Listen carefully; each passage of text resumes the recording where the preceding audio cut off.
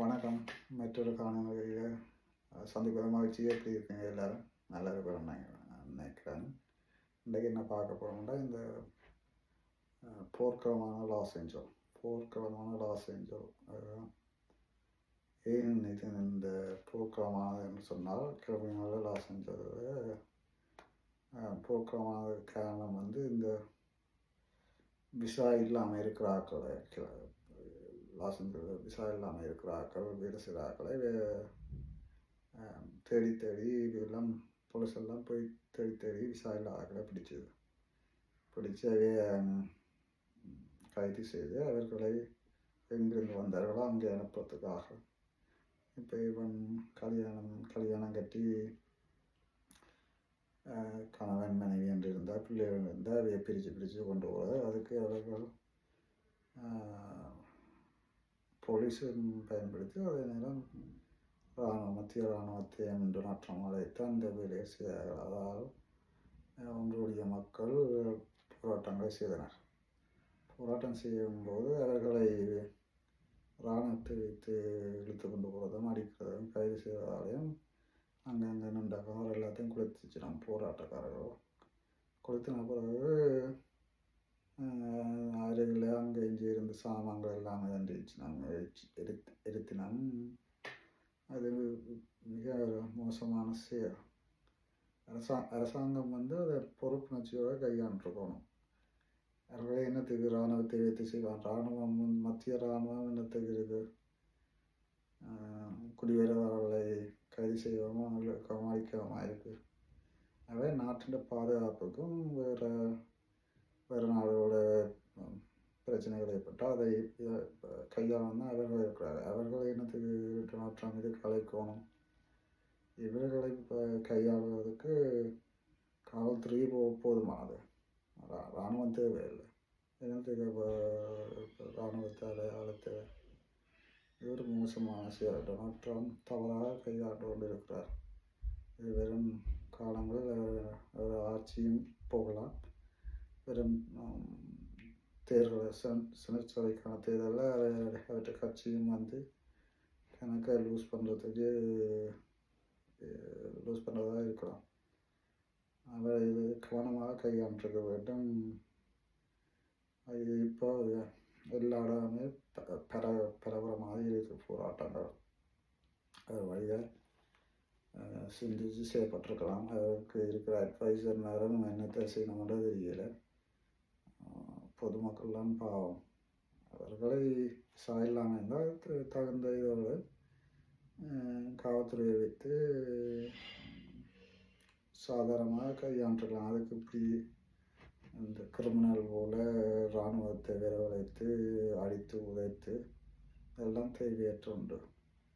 இதை Donald Trump அவதானமாக கையாண்டிருக்கணும். அவருக்கு அட்வைசர்மார் ஆலோசனைக்காரர்கள் எல்லாம் வழியாக வேண்டியிருக்கணும். அதை வெடித்து மக்களை அழித்து இழுத்து இராணுவம் ஒரு கிரிமினலை கூட எப்படி அங்கே அமெரிக்காவில் கையாளுகணும். அதிலும் பார்க்கறதுக்கு இவ்வளோமே இந்த விசா இல்லாமல் இருக்கிற ஆக்களை அப்படி செய்வது மிக ஒரு தவறான செயல். இதை அவர் வடிவாக கையாண்டிருக்கலாம். எல்லாம் அழுகுதுகள் இதன்றது அதை பொறுக்க முடியாத இடத்துல போராட்டம் செய்திருக்கலாம். இது ஆட்டப்பில்லை மக்கள் இல்லையா? வேலை விசா இல்லாதுன்னா நீங்கள் அதுக்குள்ள காவல்துறை அதிகாரிகளை அணுகி அவையை கையாளுமாறு கூறியிருக்காங்க. என்னத்துக்கு மத்திய படையை கொண்டு டெரரிஸ்ட் ஆக்களை என்ற மாதிரி தண்டி பண்ணிக்கிறியோ? அதெல்லாம் பிள்ளை. எல்லாம் என்னத்துக்கு செய்கிறீங்களோ? அதை வடிவாக கையாண்டுக்கலாம். இழுத்து அவர்கள் போராட்டக்கார கோபத்தில் வாகனங்களை சொத்துக்களை எரித்து இதெல்லாம் தேவையற்றது. எதிர்ந்த இழப்பெல்லாம் யார் கொடுக்குறது? ஏன் அப்படி செய்வான்?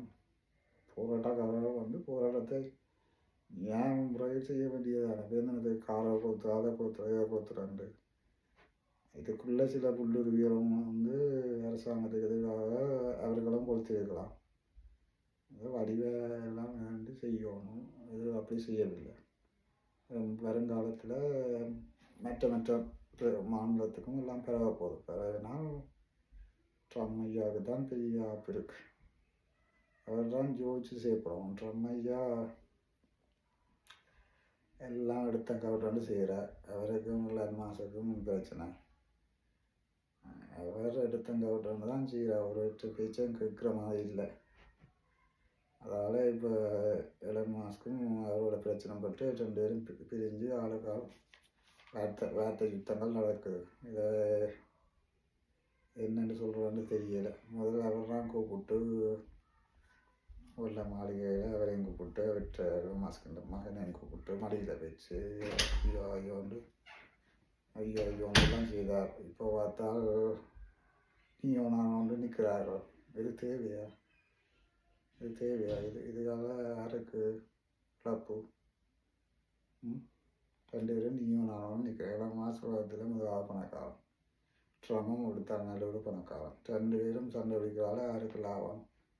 அவர் எலன் மாஸ்க்கு கொடுத்த பெர்மிட் எல்லாத்தையும் கேன்சல் பண்ண போகிறோன்னு நிற்கிறார் ட்ரம். எலன் மாஸ்க் சொல்கிறார், நீங்கள் இன்னும் 4 வருஷத்தில் போடுவீங்க, எனக்கு இன்னும் 50 வருஷம் இருக்குண்டு. ட்ரம் ஐயாவுக்கு ஏன் ஐயா வந்து தேவையில்லாவே இல்லை. அவருக்கு ஓட்டளிச்ச மக்கள்லாம் பாவம். எப்படியோ இல்லாமல் அவர் அதை சொல்ல நம்பி இருக்கணும். நம்பி வாக்களித்தால் இப்படி தான் நடக்குது. இந்தியா இலங்கையில் இருக்கிற மாதிரி தான் அமெரிக்காலையும் இருக்க போல. வருத்தமாக அதை செய்கிறோம் இதை செய்கிறோம் வந்து நாங்கள் வெட்டி ஆளுவோம்னு சொல்லிக்கணும். ஆனால் பார்த்தால் எல்லாம் கிருமாவாக இருக்குது. ஸோ